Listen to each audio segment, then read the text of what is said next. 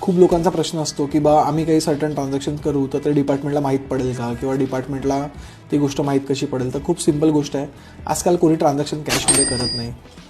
Cash पूर्ण वाईपआउट केलेलं आहे. सगळे ट्रान्झॅक्शन UPI किंवा RTGS, NEFT, IMPSने होतात.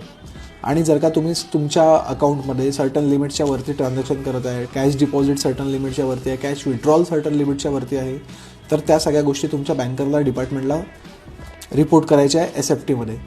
आणि जर का तुमच्याकडे त्या रिपोर्ट केलेल्या ट्रान्झॅक्शनचं प्रॉपर एक्सप्लेनेशन नसेल तर डिपार्टमेंट तुम्हाला नोटीस देऊ शकतं.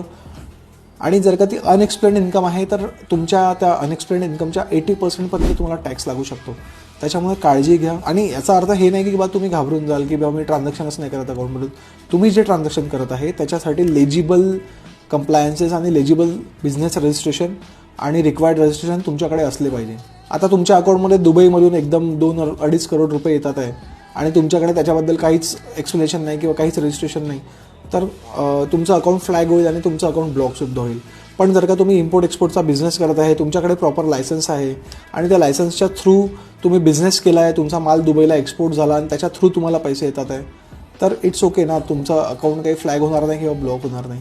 तर या सगळ्या गोष्टींकडे लक्ष ठेवणं तुमचं काम आहे. आणि अशाच गोष्टींच्या माहितीसाठी फॉलो करा स्टार्टअप कट्टा. थँक्यू.